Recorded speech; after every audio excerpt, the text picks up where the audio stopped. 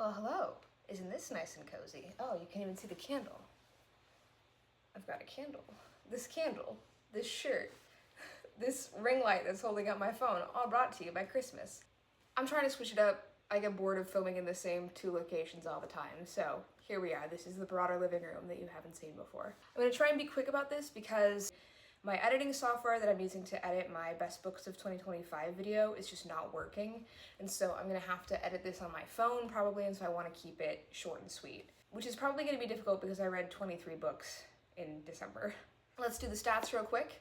Of those 23 books, 30% were purchased, 43% were on audio, 21% were by white authors, 43% were by black authors, and 34% were by Indigenous and other peoples of color. And my average star rating was 3.72, which is not bad.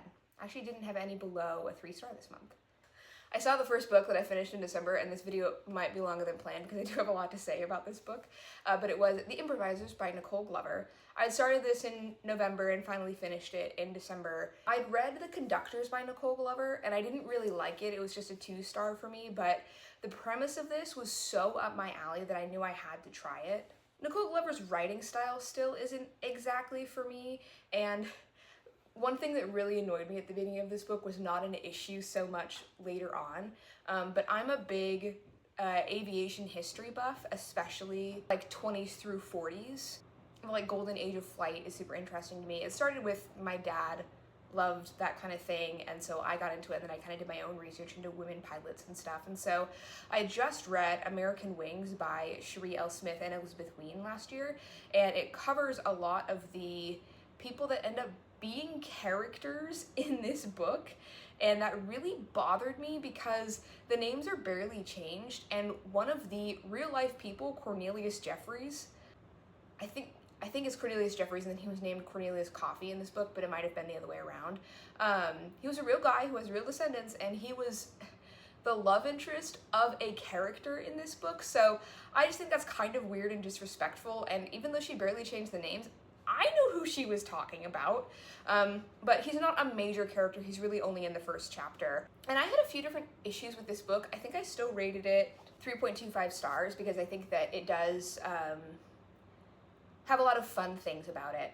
And I made a 5-minute long video on this, like just for myself to record my thoughts while I was listening to the audio, which is also read by Bonnie Turpin, by the way, one of my favorite narrators, but I digress. So the first thing is that the main character is just kind of OP.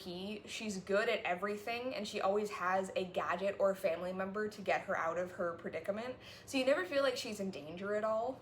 The second thing is that there are too many things going on in this book. There are too many plot threads, people, and concepts, and it says it's a standalone, like within this broader universe. She's descended from the people that are in The Conductors, but if I hadn't already had a little bit of a grasp of the like broom and constellation magic used in that book, I would be totally lost here, and it's not really well explained, so you don't even know sometimes what the stakes are because you don't know what the characters can do. The third thing is that, and this improved over the course of the book, but the main character has this love interest who is a reporter, and she doesn't really want to talk to him. Like they were rivals when she was writing a column for his paper, and he doesn't really like aviation at first, but he keeps feeling like he's entitled to personal information about her.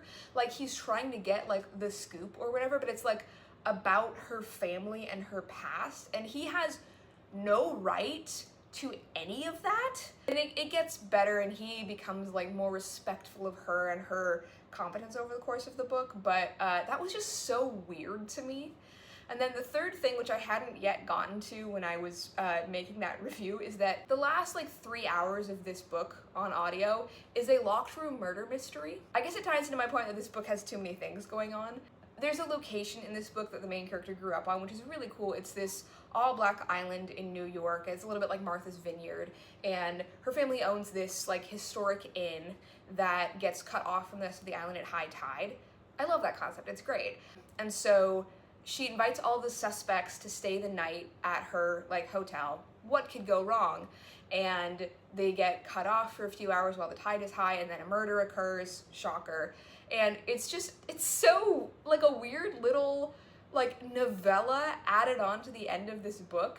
It was very strange, but Anyway, that was the Improvisers. I gave it 3.25 stars, but I will be reading the Star Seekers because it's set in the 60s during the space race, and it is basically like what this book did for black pilots in Chicago, the Star Seekers will do for the women who worked at Langley, who were featured in Hidden Figures.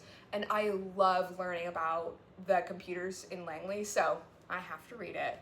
The next book that I read was one that has been in my TBR for a very long time. Plants Have So Much to Give Us, All We Have to Do Is Ask, by Mary Sissip Genius. This is by Anishinaabe author and kind of medicine worker, Mary Sissip Genius, and I'm glad that I read it, and I really liked the author's voice, and I actually learned a lot, but it's just a like nature medicine guide. It's not really a book of essays. It just like goes methodically through, here are these flora that are native to my area, and here's the ways that I know they can be used for medicine and how to prepare it.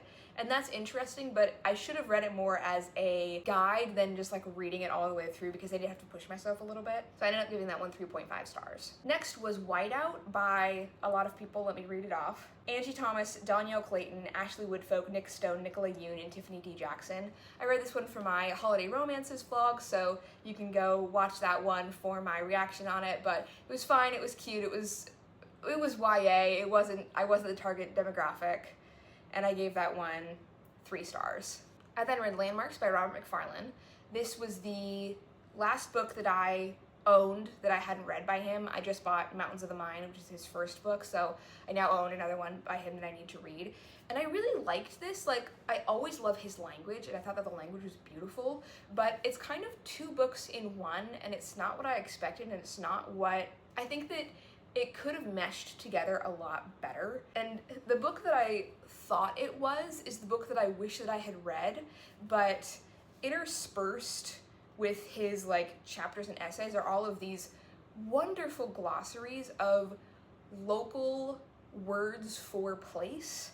He organizes them as specific to like water, or I just flipped to earthlands, so like minerals and rocks. It is extremely localized words that, one of those like, you know, things that are like, oh, this is untranslatable, but like Clint in Yorkshire means hard, bare surface of limestone showing at ground level, or just like words in Scots Gaelic or words in Welsh that are just very specific or for like a type of thing that you only see in that region. And I love that kind of thing. I love like localized linguistics like that. But then the other chapters are him meeting or talking about authors that he admires that talk about place. But those 2 things I felt like didn't really mesh together at all. Like, they were both wonderful on their own, but I wanted the whole book to be about him going and meeting all these keepers of language and keepers of words, and that's just not what it was, unfortunately. But I still really enjoyed what it was and the writing, and I gave it 4 stars. Next was the wonderful Rez Ball by Byron Graves. I don't remember how I found out about this one, but I was going to read it for Native American Heritage Month and just ran out of time for it. I got like really choked up at certain points in this book. I thought it was really well written. It's very emotional. It's about a young man who is native to Minnesota, and his older brother passed away in a car crash prior to the events of the book, and his brother was their high school basketball stars on varsity. And so this young man, he's a sophomore, he thinks that he can get on varsity. He's been training really hard, and I won't exactly spoil it because he has kind of a winding path to getting to where he wants to go. I so loved the main character. He's so like sweet and emotionally intelligent, and very realistically a teenager. He still like messes up, but he also just, he loves his parents. He's really respectful to people around him. And I just loved seeing him like grow and become even more mature, and kind of was, you know, mad at him for certain realistic things that a teenager would do. It was just so heartfelt and really lovely, and I didn't think that I liked sports books, but I do get really emotional when it's like, oh, I want them to win the big game so bad. So I highly recommend this one. I thought it was really good, and I gave it 4.5 stars. Next was I've Got My Love to Keep Me Warm by Mariama J. Lockington, another book that I read for my Holiday Romances vlog. I gave this one 4 stars, but I would have rated it higher if the ending had not been so bittersweet. It was like a very happy for now book. But this was another one where the leads were very emotionally mature. I thought that they were just extremely well written and were definitely like struggling with different things, with different like class differences, these 2 Black teenage girls. And that is kind of where the central conflict is for them is first they're fake dating, and then they both realize individually that they have feelings for each other, but it's really hard for them to get over these differences of privilege going on in their lives. I then read Tauhou by Kotoku Titi Juan Natal, which I read for the r/Shuma Gaze SFF reading challenge for a local author, because this author lives in Vancouver and has Coast Salish roots as well as Maori roots. And so this is a very strange book. This is similar to books that I read for my creative writing program in college. And I approached it kind of like I did those books back then, where I was trying to understand it, but also just kind of like letting the author tell their story and then going, huh, at the end of it. This is a story where, and it doesn't go super in-depth into how this would work or how this would affect history, but it's a world where Te Aroha, or New Zealand, exists side by side with Vancouver Island up on the west coast of Canada, and how the people have intermingled and still getting into the ideas of gentrification and rising sea levels and how those affect Indigenous people. But it was really hard to understand just like what was going on and which characters we were following. There are a few different parts that, in my interpretation, each part is kind of following a different character.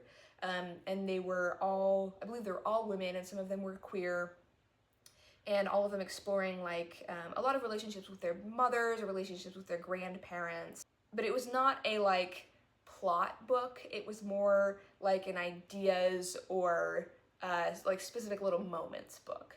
And I gave it 3 stars if I didn't say that already. Next, I read TreeNotes by Nalini Nadkarni. This is a very short nonfiction book. I read a lot of nature books this month. I forgot to mention that. I was going to do a vlog of nature writing by BIPOC authors, but I realized I didn't have time for it, and I was kind of trying to give myself some time off from making videos in December. But I still ended up reading a lot of nature books by BIPOC authors, and so this was one of them. And I don't know that I can really like recommend reading this book. It was like a bunch of 1-page long essays, which I believe were just transcripts from a podcast by the same name. And so it was like all of these just like very brief little passages about various trees, and I didn't really get that much out of it, honestly, and I rated it 3 stars. Next, I listened on audio to Secrets of the First School by T.L. Huchu. This is the last book in the Edinburgh Nights series starring Aropa Moyo, and I read this for the r/fantasy bingo for the last book in a series square, but I would have read it anyway. This book was so frustrating, not in the way it was written, and I won't go into a lot of spoilers because this is the 5th book in the series, but the main character is 15, and she has been failed by, exploited by, and lied to by nearly every single adult in her life, and has been forced to go through all of these terrible things because of that. And I was so angry at the adults in her life, and she deserves so much better, and she is just failed by the people that are supposed to be taking care of her over and over again, and it's just infuriating. She's 15, and she's written very realistically in that, you know, she's had to grow up very rapidly. She had to quit high school to support her family, and she makes some poor decisions. She's 15 and she's very traumatized by the events of the series. And when the book ends, like, the current problem has been solved, but there's really like not a plan for her going forward of like what she's gonna do or like how she's gonna continue to survive and make a living. I don't know, like obviously like it would have been great if she would have won a bunch of money and could buy a house for her family and live in safety for the rest of her life, but that's not really what this series is. Like, it takes place after huge economic downturn in Scotland where, like, people can barely own cars because there's not enough gas, and there's, like, huge famines because there's been, like, blights in crops. I mean, she's lived in a slum most of her life. Like, it would not make a lot of sense for the themes of the series if she were to, like, magically get out of that, and even to magically solve all of the problems in the world, because this is kind of a, like, dystopian world. But I just thought she deserved better, and I don't know, that kind of, like, hurt my enjoyment of the book a little bit, I guess, where I just wanted a happy ending. But anyway, I gave this 3.75 stars. This whole series has just been fine for me. I think that book 4 is the strongest book. For me, it was the first one that I rated above, like, out of the 3s.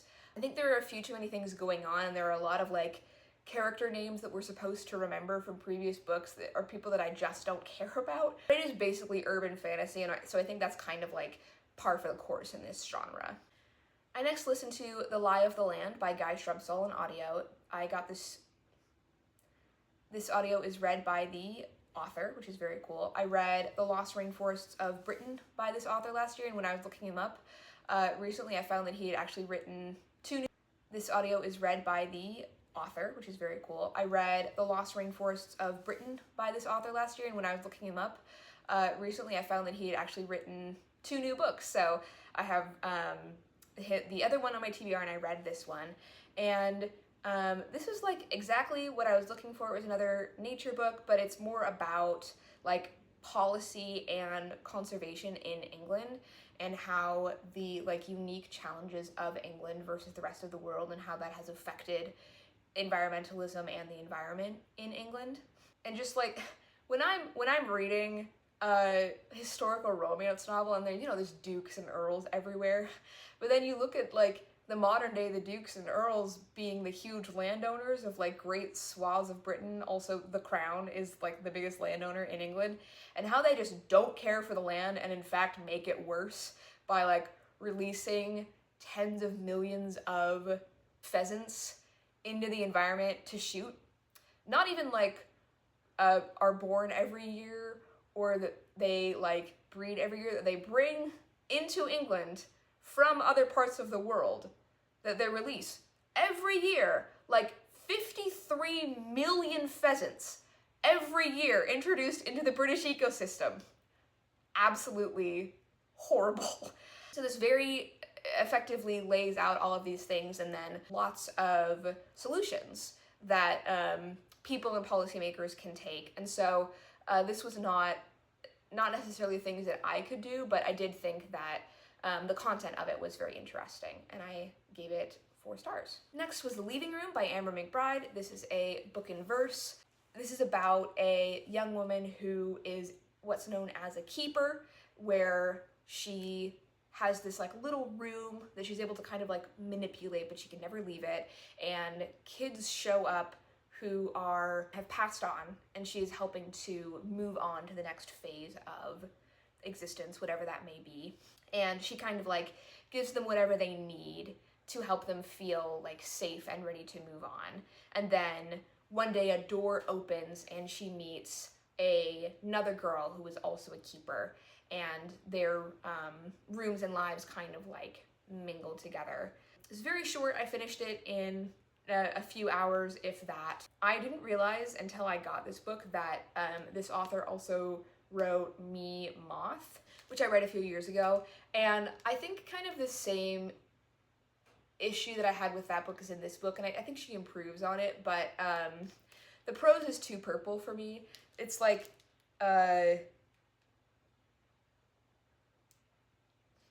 this character is like a tiny tree with a blossom of a face, and that's not that bad, but there are things that are like, the wind felt like sadness and lilac. It's like, well, I don't really know what you're trying to say because the wind can't do that. Like, just a little bit like synesthesic in the writing, where like things were compared to things in a way that didn't make sense to me. I'm sure the author had something that she was trying to do, but it's very short and just fine. I gave it 3 stars.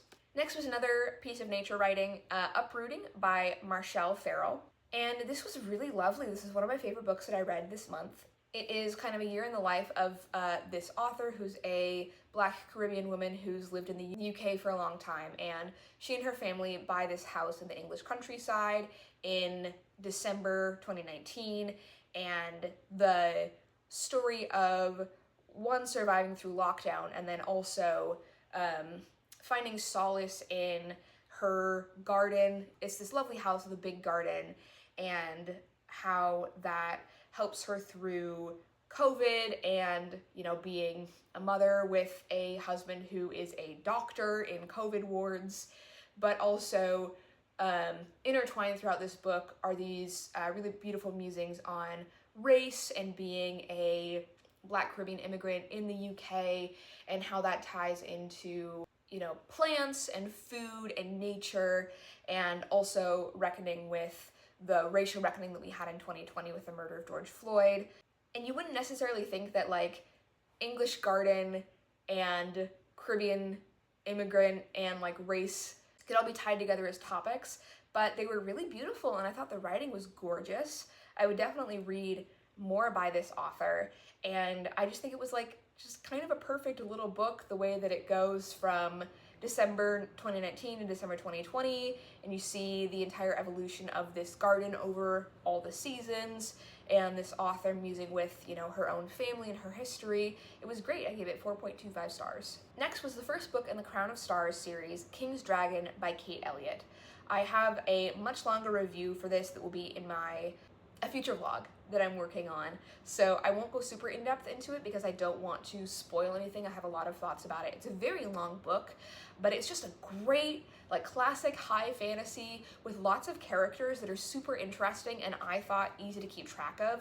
Political machinations, really exciting action scenes, big decisions that characters have to make, a well built out world, and I gave it 4.25 stars, and I will be continuing this series. Next was The Queen of Ocean Parkway by Sarvanaj Tash. I listened to this because, I'll put it down below, there's an audiobook narrator that I really like who reads a lot of books by Middle Eastern authors, and so I found this because she narrated it. This is a middle grade mystery that is very inspired by Only Murders in the Building, which I was actually watching while I was reading this, just purely coincidentally, but that is, you know, how it starts. Like, the main character's making a podcast, her mother's the superintendent of this old building in New York, and she's like getting to know all of the residents and everything, and there's a mystery with one of the tenants. But the podcast, not relevant to the book at all. She's not working on the podcast for most of the book, and in fact, this is more of a like speculative fiction time travel mystery. But I don't want to explain that any further because that would be spoiling a lot. I don't think that the elements of this book like quite came together for me, but I really liked the character and her relationship with her parents. Also, trigger warning for a parent with cancer in this book. That was pretty hard for me to read. And it was short. I listened to it within a few hours, and I gave it 3.75 stars. Next was The Traitor and the Wretch by Jasmine Walls, who also wrote Brooms, one of my like favorite graphic novels that I read this year. It's not saying a lot because I didn't read a lot of graphic novels this year, but it was really good. Go check out Brooms. This is a, I guess, romantasy technically. Like, it's a romance novel set in a fantasy world with two characters that you wouldn't normally see as main characters, a cultist and then the like traitorous right-hand man of the like chosen hero of this world, the like prophesized hero savior of the kingdom. The book starts right after this like huge deciding battle happened. The cultists' cult tried and failed to raise a like Cthulhian god, and the right-hand man of the hero is like, this guy sucks actually, and tries to attack him. The hero cut his hand off and left him for dead, and the cultist was being controlled by the god against his will and hated being a cultist, but like his brain was so controlled that he couldn't even like think about not wanting to be a cultist because he would get like a blinding headache, and just like lived scuttling around in the dark with other cultists, like eating weird things. And so when he's like free and getting to like walk around freely, he's like, wow, this is the best day that I can ever remember having. And then the other guy who's lost his hand and has been left for dead and is being cared for by this like weird weasel of a man is like, God, this sucks, what a bad time I'm having.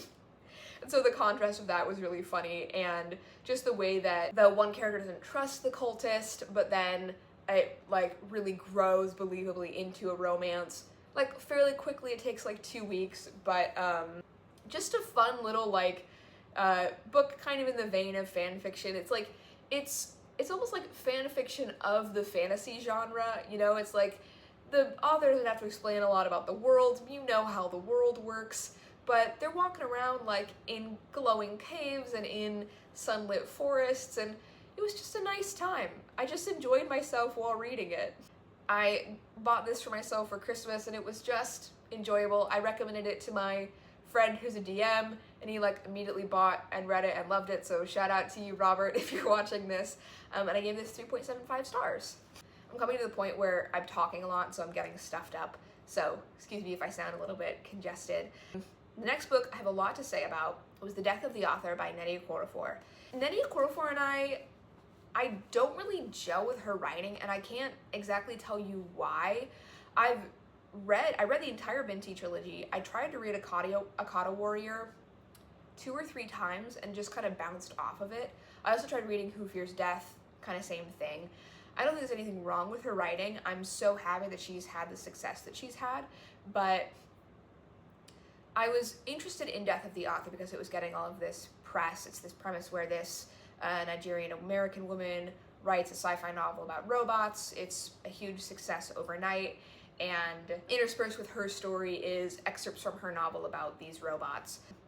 And so I read an excerpt to see if I would like the writing style of this one, and I decided that I did, so I got this on a Libro sale.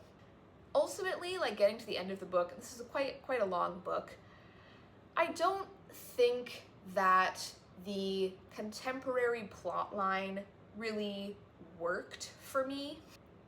I'm not usually a like contemporary or like literary fiction person, but I also just kind of had a lot of like problems with the plotline where like her being an author kind of gets like dropped partway through. And it's funny that George R.R. Martin blurbed this book because she's kind of in this position of like, she wrote this book that was really popular and has been contracted to write 2 more and just doesn't, she never does. But it really bothered me just personally that she was a sci-fi author who clearly didn't really care about the sci-fi genre and was not interested in like reading other sci-fi. Like, she never mentions reading, like Octavia Butler, not mentioned once in this book. She mentions like Jamaica Kincaid and a few other like famous Black authors, never mentions Octavia Butler or like Nalo Hopkinson, and I'm like, you're not the first Black woman to write sci-fi. I think it's just such an interesting choice for Nnedi Okorafor, herself a Black sci-fi author, to write a character like that who really like was not interested in being part of any community, let alone the sci-fi community. And it kept reminding me of this Ursula Le Guin quote. I'll read you part of it. A writer sets out to write science fiction but isn't familiar with the genre, hasn't read what's been written. This is a fairly common situation because science fiction is known to sell well, but, as a subliterary genre, is not supposed to be worth study. What's to learn? It doesn't occur to the novice that a genre is a genre because it has a field and focus of its own, its appropriate and particular tools, rules, and techniques for handling the material, its traditions, and its experienced, appreciative readers. That is, in fact, a literature. Ignoring all this, our novice is just about to reinvent the wheel, the spaceship, the space alien, and the mad scientist, with cries of innocent wonder. The cries will not be echoed by the readers. Readers familiar with that genre have met the spaceship, the alien, and the mad scientist before. They know more about them than the writer does. So, that quote was continuously running through my mind while reading this book. applied to Zelu, the author main character, because she had been up to this point working on a literary fiction novel, and then one day she just sits down and is like, it's sci-fi, and gets critical acclaim for it. And then that, like, plotline of her being a writer gets totally dropped, and, like, years of her life go by without mentioning any writing or being part of, like, any literary scene whatsoever. It's just, like, about her family and about her heritage as a Nigerian American. This book is saying a lot of things about being an immigrant or a child of immigrants, a lot about being disabled and using, like, you know, certain walking aids. This also talks a lot about, like, AI and robotics, and she gets these robotic legs, that's a really important plot point, and autonomous cars, and she kind of, like, makes friends with a Jeff Bezos-esque billionaire who wants to send her to space. But there's never any interrogation of the effect that those technologies have on the environment, or the effects that, like, billionaires have on the world. There's never, like, any exploration of or questioning of that. And I mean, I think this book raises a lot of questions that it's not necessarily giving you the answers to, but Zelu is just so gung-ho for technology that she never thinks about, like, the hidden cost of it. This was written a few years before the AI boom, and now AI is everywhere. It's causing a lot of problems. It's stealing people's work and just producing all of this slop, misinformation, and AI data centers are just, like, guzzling water, especially in regions that cannot support them. And I wanted more of an exploration of that in this book. Like, yes, if robots are ever truly sentient, they'll deserve rights, but right now, AI doesn't deserve rights because it's not sentient. Like, we would be giving rights to corporations, which they don't deserve as, like, creators. I mean, AI are not creators, they're data stealers. So, ultimately, I gave this book 3 stars. I was frustrated by it, challenged by it. It gave me a lot to say and to think about, clearly. Oh, I have notes for this next book. One of my, I guess, New Year's resolutions is to take more notes in books. I read something where someone said that you should have a, like, quote journal, and I really liked that. So I haven't been doing that for everything that I've read. Like, it's kind of hard with audiobooks, but I thought it would be perfect for reading poetry because I'm notoriously bad at reviewing poetry. I know that I like it, but as soon as I finish reading the book, it leaves my head entirely. So I read Alive at the End of the World by Saeed Jones, a queer Black poet, and I enjoyed this. I gave it 3.5 stars. It's not my favorite work of poetry this year, but let me read some of my notes to refresh my memory here. This book, like, requires you, or at least I felt like I had to read the notes at the end of the book about each poem because the work is so in conversation with other things. And I know that when I was in high school and my teacher told me, just read this poem, you don't need to know any context about the author, and then I learned the context behind the author, I felt like I understood the poem and got so much more out of the poem. So I always want context to poetry. I know that's not the only way to read poetry, but it is the way that I prefer to read poetry. And so I said in my notes that, like, with the poems and the notes, this is more like reading an essay collection. This is dealing with a lot of ways that the world can end for someone, like, not only late stage capitalism, but also, like, a breakup can feel like the end of the world, or the death of a parent can feel like the end of the world, and being alive during and after that, and how you somehow miraculously survive a terrible event like that. A lot of the quotes that I wrote down, and I guess quotes that, like, resonated with me, were about dying. That's not the only thing that this book is about. In the poem, all I gotta do is stay black and die. Somehow I keep losing people who were never really mine. And I think Toni Morrison always knew it's not the death that hurts, it's the dying, which, boy, is that true. And then, kind of very similar to that quote above, in another poem, Okay, One More Story says, I'd rather have you dead than have you in that bed dying forever.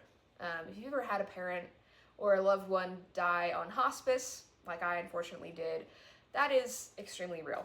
Like I said, I gave this 3.5 stars, and we'll probably read more by Jones in the future. We're getting a bunch of books that I read like in one day. I was really trying to push to read a bunch of books that are due back at the library soon, and I just wanted to get them done before the end of the year. So the first book that I finished was The Nameless Land by Kate Elliott. This was a very anticipated book that came out in November. It's the sequel to The Witch Roads, which I read and loved this September or August, I think. And I will say in my favorite books of the year video, which I'm not sure if it's going to come out before or after this video, that I gave it 5 stars. I was thinking about it and I downgraded it to a 4.5.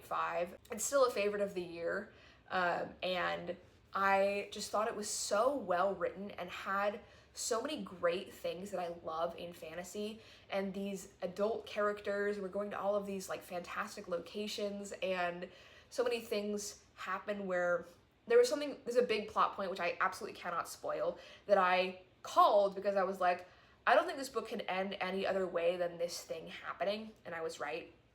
And it's hard to talk about this because it is the second book in a series, and it's the second half of a duology. But this is a world where there's this like big kind of Chinese-esque empire with all of these levels of bureaucracy and hierarchies of princes, and you know, you can be like a 6th prince if you were born outside of the palace, like that kind of thing. And there's like this jockeying for power by the 2 second princes. But the main character is outside of all of that. She's a deputy courier from a small town. Or is she? Because she has some mysterious things about her and mysterious past. But she is roped in this journey with second prince and brings along her nephew Kem, who's trans. And along the way in the first book, this isn't really a spoiler, it's in the synopsis and it happens early on, the prince gets possessed by a spirit, but the spirit's chill guy, and we like him. And Ellen actually falls in love with him, but he's in the prince's body, and so they can't even like kiss or really touch because that would be disrespectful to the prince. As much as he sucks, like, you shouldn't make out with someone when you're possessing their body, that's just not cool. So in the second book, we visit new locations, but there are a lot of things that are left open-ended. Like, Ellen is kind of given a task at the end of this book that I feel like clearly she is going to go try and accomplish in future books. And also in this series, there's something called the Pall, which is this like spore-like fog that can like mutate plants and animals and people that touch it. And it's a constant danger in this empire, and they're kind of like surrounded by a sea of it, which has led to understandably a lot of problems with like trade and that kind of thing.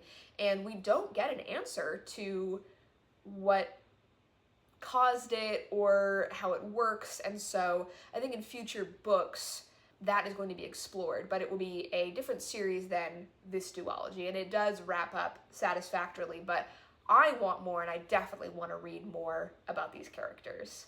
I then read The Door of No Return by Kwame Alexander, another book that has been on my TBR for many years, so it felt good to get that off. And you need to know going into this book that it's the first in a series, because I didn't realize that, and I knew that based on the title, this is a slavery story. The main character is from Ghana and eventually gets captured by slavers and put on a slave ship. The first, like, 2/3 of this book are just his life in the village. Also, this is a book in verse, I forgot to mention.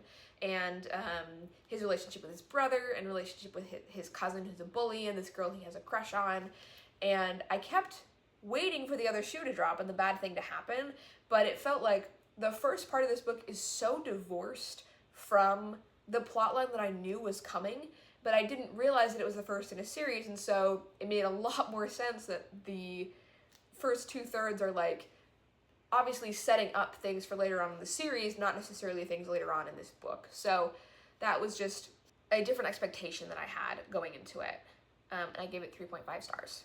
Next was Marginlands by Arati Kumar Rao. This is another book of nature writing, specifically about climate change in India and kind of, the tagline is a journey into India's vanishing landscapes. And so this is takes place over the course of many years. It's kind of like as a lot of nature writing is, it is also kind of travel writing of the author going to all of these places and talking to different people and seeing the impact on landscapes. And so we have the way that the desert, rivers, coastline, and mountains, and also cities have been affected by climate change, and also just like bad construction and policies from British rule to modern day.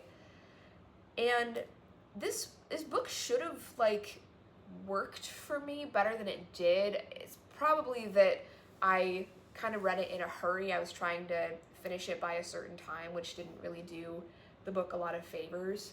And also, like, it's a bit of a downer. Like, we see that millions of people have been affected by all of these things, and people have been made refugees, and indigenous people have been displaced from their homes, and so it's kind of brutal to read. But I really appreciated getting more insight into the nature of all of the varied different parts of the big country that is India, and a little bit talks about Pakistan, although she doesn't go there. So I definitely learned a lot, but I wish that I had like better connected to it. I gave it 3.75 stars. The next book that I read was Kuleana by Sarah Kalani Gu. I thought this was going to be more of a nature book. It's not. It's like kind of a memoir, like a family story.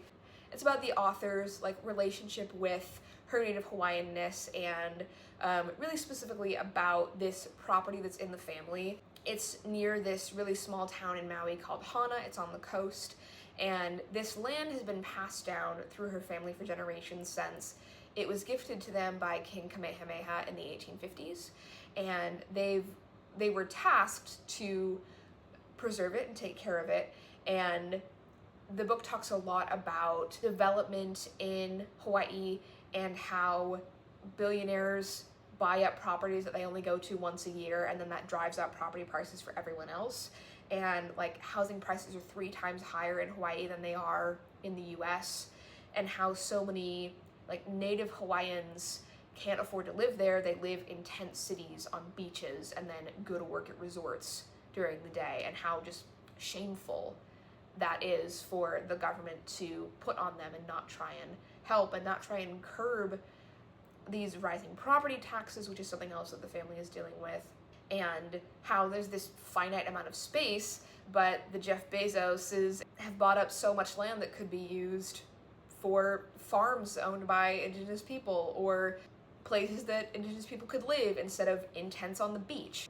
But also talks a lot about her family and her family's history, and her children's relationship with being Hawaiian, especially on the East Coast and during COVID when it wasn't possible to go to Hawaii, and how her grandparents had lived in Hawaii but then moved to Southern California, and so she and her siblings were all raised off of the island, and then how she is half white, but then her dad's side of the family are Hawaiian and Okinawan, and so how being mixed but part Hawaiian has affected her.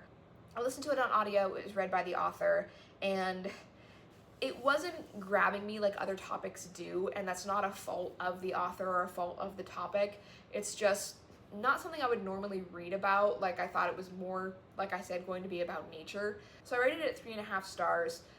It was an audiobook that I felt like I kind of just had to get through, but there was like really nothing wrong with it aside from the fact that I wasn't super interested in all of this talk about, like, you know, policy and like land taxes. Next was an extremely enjoyable book, Spellbound by Ali Theron. I read this for the r/Female Gaze SFF reading challenge for author's name begins with A.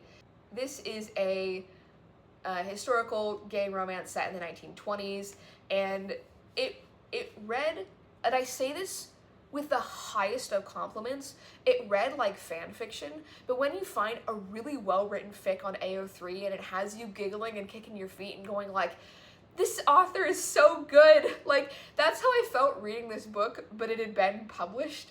And I love the 1920s, like, I love that just aesthetic. I mean, of course, the main character, like, his friends own a speakeasy, and so he's going and hanging out at this Harlem speakeasy. The main characters are white, but the surrounding cast is very diverse. So this is a world where a few people in the world are born with magical abilities. The main character, Rory, he's a psychometric, so he can touch something and see its history, like Charlie Bone, of all things. Charlie Bone can do that with photographs. Edie from The Diviners, or arguably Chew from the comic Chew, although he gets it from eating things. Rory is like doing antiques appraisals, but then he gets caught up in all of these supernatural goings on with these magical artifacts. And then the other main character, Arthur, he's a veteran of the war, and he's like, you know, a rich guy, but he's just trying to like help out these magical people as much as he can, and is very protective of Rory, who's a lot younger than him, but then they end up falling in love. This is a series, so the relationship is not entirely like figured out by this first book, which is fine. They also like fall in love and become very important to each other over the course of like a weekend. But you know what? I don't give a shit. I had a great time. It was so much fun. There's a point where like they need to drive somewhere. I won't spoil it. They need to drive somewhere and none of them know how to drive, and then Rory's like, wait, I know someone who knows how to drive. And I'm like, oh. And he brings in this one character that it's just so much fun. And I just had a roaring good time. I gave it 4.25 stars. I'm already listening to the second one on audio. And the last book that I read in December, and the last book of 2025, I was going to push myself to read 250 books, but that would have meant finishing a current read and reading, like listening to 2 audiobooks in one day. And I really didn't want to do that. Like last night I went out to dinner with my mom and then went to bed early. I was not finishing 3 books, but I did listen to a very short book on audio. This was It's All or Nothing Vale by Andrea Beatriz Arango. This is not labeled as LGBT in the story graph, but when the audio started and Vico Ortiz was like, hi, I'm Vico Ortiz and I'm reading this audio, I was like, is this book queer? And then later on, the main character has a crush on a girl, and I'm like, oh my gosh, it's queer, so this is sapphic. But this is a middle grade book in verse, another sports book that I found myself really enjoying. But this is such a lovely story about a girl who, she's Puerto Rican, and she was a fencing championship and then was in a motorcycle accident and had been really pushed by her parents to be the best. And like, you know, if you came in second, you lost, you know, like that kind of thing. Or like, you know, you might not even try and compete if you don't think you're gonna win. Like really pushing her to be a professional athlete, and her whole mind is bent towards recovering from her injury, getting back on the fencing court, ring, you know, getting back out there, being the best. Because so much of her identity and her self-worth is wrapped up in being a fencer. And I really identified with her because I know so many people that are so talented, and I knew so many people in high school who were just naturally good at so many things. And I feel like I'm naturally good at things that are really unglamorous, like housework. I'm really good at chores, but no one really cares about that. I'm not naturally good at math. Like I can do it, and I took advanced classes, but I had to work my butt off. And so I really felt for her because she feels like the only thing she's good at is something that she has to push herself to the very limits to be good at. What happens when she has this injury and she's not the best anymore? And who is she without that? There's this really lovely relationship with this girl who is like the current champ of the fencing school when she returns, and how like she's like, oh, I want to beat her so bad, but also like I like her and I want to be friends with her, and kind of like needing to let go of fencing being the only thing in her life and having the space for friendships. It was very short on audio, but it was so lovely. I read some really excellent, specifically middle grade contemporary books in verse this year. I highly recommend this if you are interested in middle grade at all. And I gave it 4.5 stars. Thank you very much for watching. My wrap-ups don't get a lot of views. That's totally fine. I love to go back and watch them and see what I said about books, but I know that it's really weird to make a December wrap up when you're also making like the entire year wrap up. But I really did want to make this and talk about books because, as you saw, I read some really excellent ones this month. So again, thank you for watching. Please like and subscribe, and I'll see you in the next one.